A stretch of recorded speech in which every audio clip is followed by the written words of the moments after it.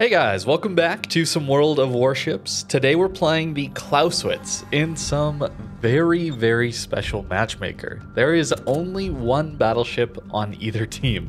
No subs, no carriers to deal with. So we're gonna get into some old school Hindenburg playstyles, where we're gonna play essentially like a miniature battleship, and probably get away with it too. Battleship Clausewitz is here, and we probably don't even need to deal with the enemy Schlieffen here since he is in the middle of the map.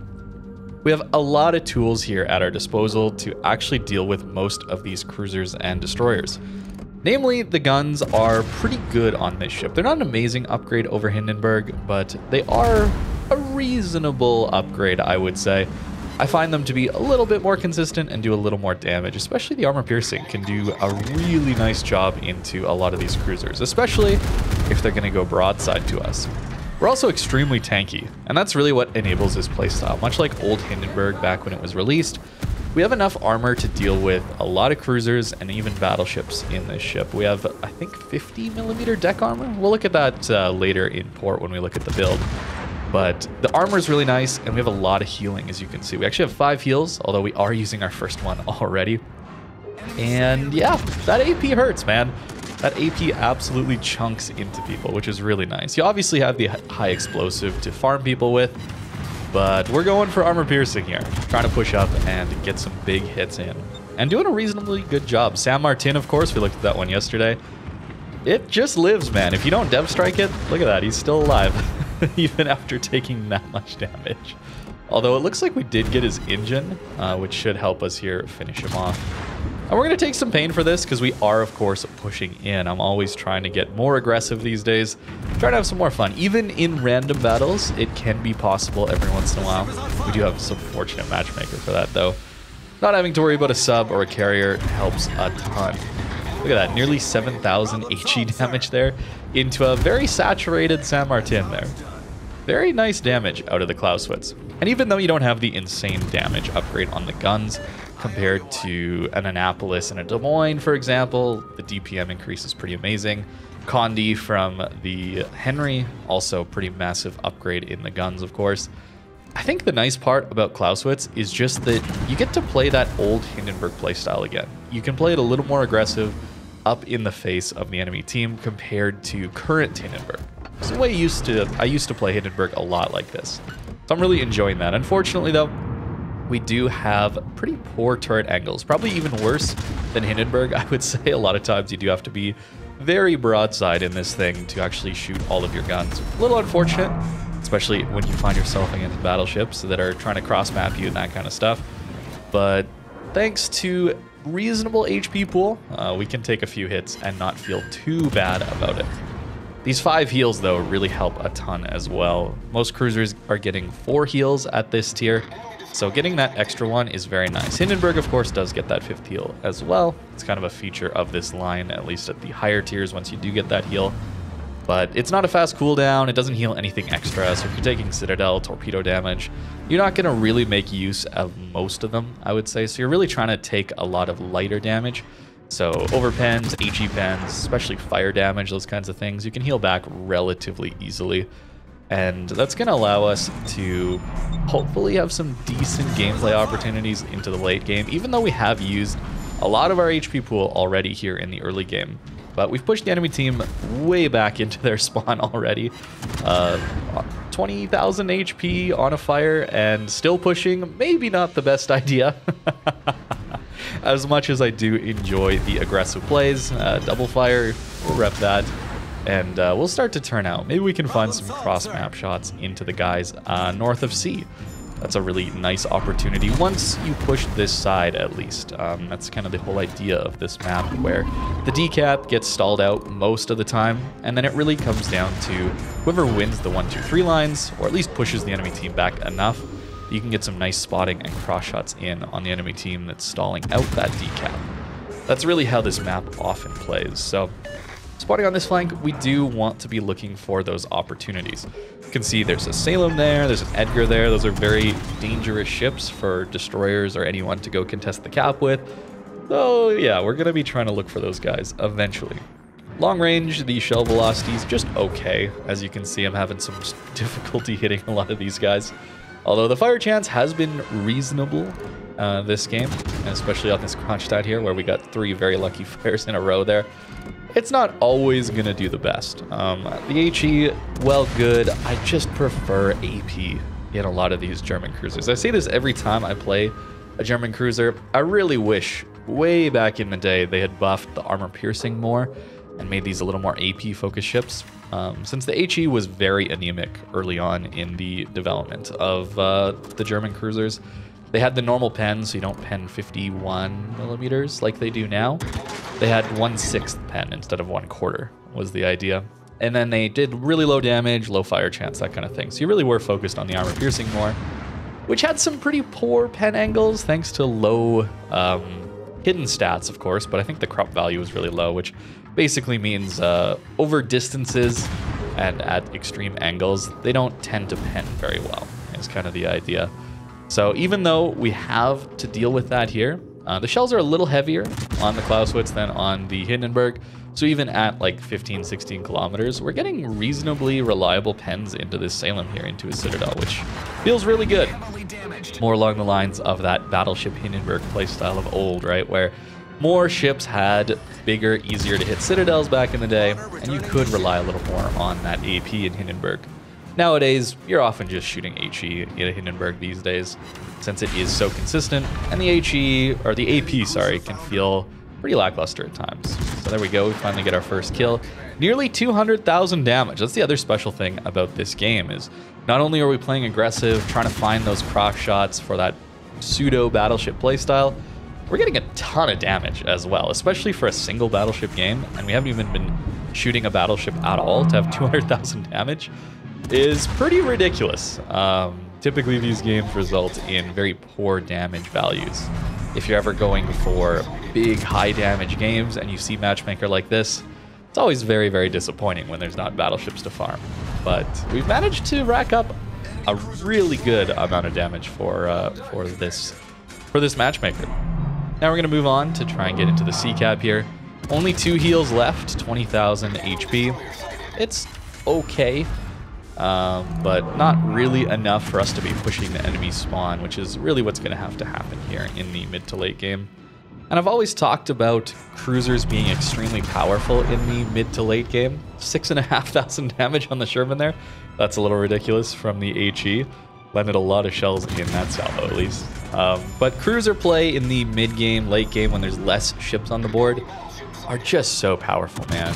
The options to flank and the DPM you can exert without feeling too pressured by getting cross-shot, that kind of things, is just amazing. And one of the reasons you do want to generally save your HP for this time in the match, you know. We still have a lot of ships left on the board. This game really isn't that close to being over, but you can see how the map has opened up a little bit more now for a cruiser to potentially make a fun play. And if I'd saved my health a little more early game, I think I probably could have done a little more, rather than pushing C-cap and being a little tentative to push out of it here is how I'm going to feel. And at least with Clausewitz, Hindenburg, these things, we have that 5th heal, but otherwise on a lot of other ships, we'd be down to only 1 heal left. And quite honestly, a lot of cruisers probably would have taken a lot more damage than the Clausewitz would have. We'll look at the armor in a little bit. But kind of ridiculous how tanky this thing really feels for a cruiser. And it's not small either. So you're definitely getting hit in this thing. Just manages to shrug off a lot of hits very nicely. Our team does manage to take out the enemy destroyer around the D-cap, which is really nice. I was thinking of helping out, but the turrets just couldn't quite turn quickly enough.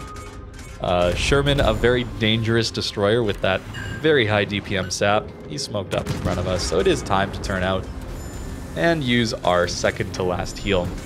Now, as we're ducking into cover, trying to stay alive here, I should probably talk to you guys a little bit about where I think Clausewitz fits into these super cruisers. The Condi and the Annapolis, of course, are the 2 absolute powerhouses. You're probably looking to get those 2 first, if you have the choice. But if you are someone who's played Hindenburg way back in the day and missed that aggressive playstyle, or at least the tankier playstyle, one where you're not constantly getting overmatched by all of the 30 mil overmatched battleships in the game, this thing kind of fits that role, at least at the moment. I really do enjoy playing it. Of course, you don't have that massive gun upgrade like you would see in the Annapolis or the Condi, the burst fire. You don't really have that gimmick here at all, right? There's no funny button. It's just a very basic ship, but it does perform quite well. And as you can see from this game, the damage is really not lacking all that much. I find it to be a bit of a disappointment when I first looked at this thing. I was like, wow, it's really not much of an upgrade over Hindenburg.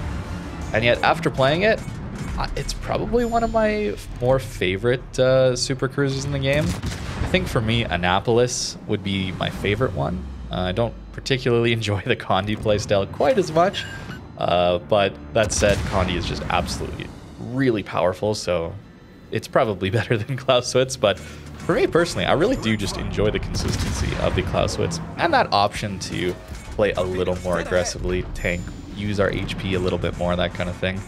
But over time, I can see this ship being maybe a little too vanilla or not as exciting as some of the other super ships might be.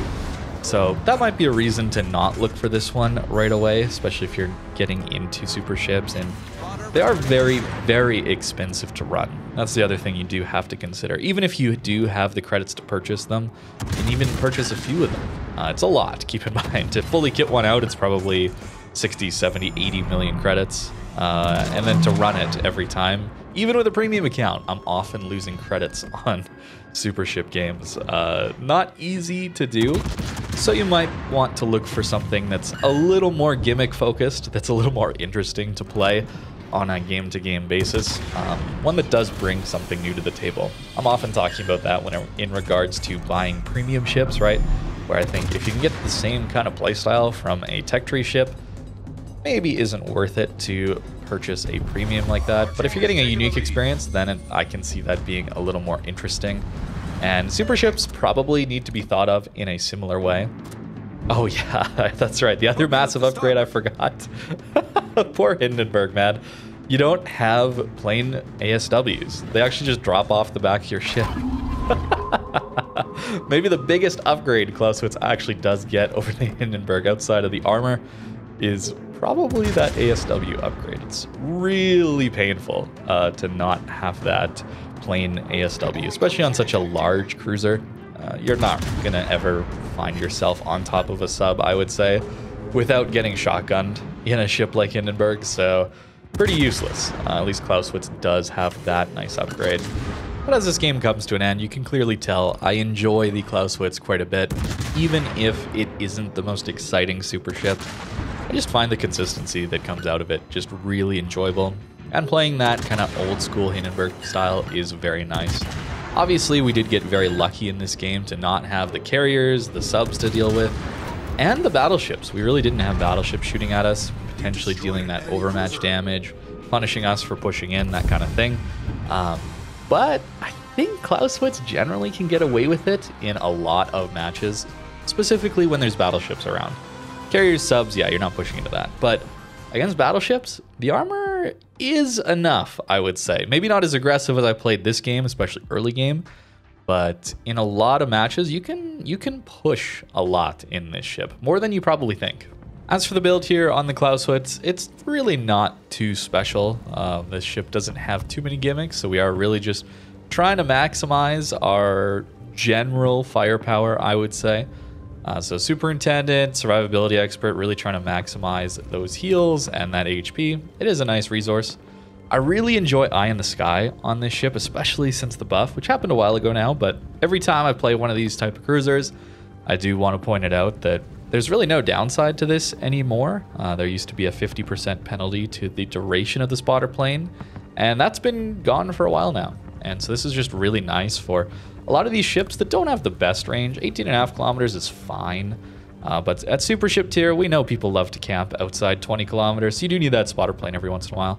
So it's nice to have that option to have it up a little more often. You do get a few more charges thanks to the better reload. You can go through them a little easier. I really like gun feeder too, thanks to the AP being pretty good, and the high explosive doing a lot more damage here is quite nice. Slightly higher caliber than Hindenburg, as you can see, 210 versus 203s helps a little bit. I am taking heavy HE, as you can see, maybe not the best idea. You could go for a full lighthouse build. getting rid of conceal, taking top grade, that kind of thing. But the HE salvos hit pretty hard. We got reasonable fire chance, 18%. It's pretty good here. And concealment hurts a little bit. You probably could get away without heavy HE. Actually kind of forgot I had that on this build. Not gonna lie. Grease the gears would be very useful as well. We saw how slow the turrets can be in this thing. 25.9 seconds is pretty slow. Fully built Ohio with turret traverse, I think, gets faster than that. Which is always amusing to think about. The equipment side of things, reload mod. I love it, and I really don't like having to take range mod. Sometimes, you know, the game is passive, I understand, but if I can, I really, as you guys know, just love pushing, love to get the closer range engagements, and that's where reload mod's going to do better. It kind of forces me to do that. It can be a little awkward at times. That's where the eye in the sky spotter aircraft comes into play. Prop mod is really nice for dodging in this ship, so typically going to run that even over something like steering gears. Yeah, rudder shift's not great, but it's passable enough that I do want to take prop mod. Aiming systems, of course, really not going to go with anything else. I'm not sure why they have engine room protection here. I'm just going damage control system. This is the little highlighted recommended upgrade. Not sure about that one. And then main armaments mod 1. You could even go full spotter aircraft, which would be kind of funny. Yeah, that would actually give us more uptime than downtime on it, because our cooldown time is 114 seconds. What would that give us, actually? 130 second uptime, 114 second downtime. That's actually kind of funny. But I think I'll probably stick to main armaments. I don't want those to get knocked out. They do get knocked out every once in a while. You know, they're not the tankiest turrets in the world, only 150 there. So I'll stick with that for now. But there you go, armor. I didn't forget this time. Sometimes I say I'm gonna talk about something in port while recording the game commentary, and then I don't do it. I apologize, but hey, here we are. 50mm deck armor. That's gonna auto bounce all battleship shells, which is really, really nice. Still only 30 on the upper belts, but at longer ranges, you know, shells are coming in at this angle. It's probably gonna hit that deck armor, more than likely. 27 still in the bow and stern, which isn't amazing, but you do get a little bit of icebreaker. I mean, it's not all the way to the front, but typically you're going to be angled a little bit like this anyway, so you don't really have to worry about those overmatched citadels, that kind of thing. And you do get some turtleback here, which is quite nice. 60mm here, a little more than what Hindenburg gets, so you're relatively safe. You're not 100% safe from battleships when you're broadside, but at closer ranges, a lot of the time, it's going to just glance those shells up away from the citadel, which is quite nice. And 130 on the sides, plus that 60, plus another 60, unless those are the same plate, and it's just showing you two portions of it. But it's decent broadside armor. It's not amazing. You're still going to take big hits if you're very broadside, but angled, this thing is very, very tanky. Of course, you do have more HP than Hindenburg, combined with yeah, the armor. It's surprisingly tanky, and that's kind of why I like it. It is a cruiser still, but you can play a bit of a battleship role, as we saw in this game. I was pretty happy with the result. Very surprised, I will say, too. I saw the matchmaker, and I was like, oh, well, we're not going to get much damage this one, and somehow we still did. But I was very excited to try out the battleship kind of playstyle, push in a little more aggressive, use more AP. I think we did that quite well this game, so I hope you guys enjoyed. Let me know what you think in the comments down below. Thank you very much for watching, and I hope you have a great rest of your day.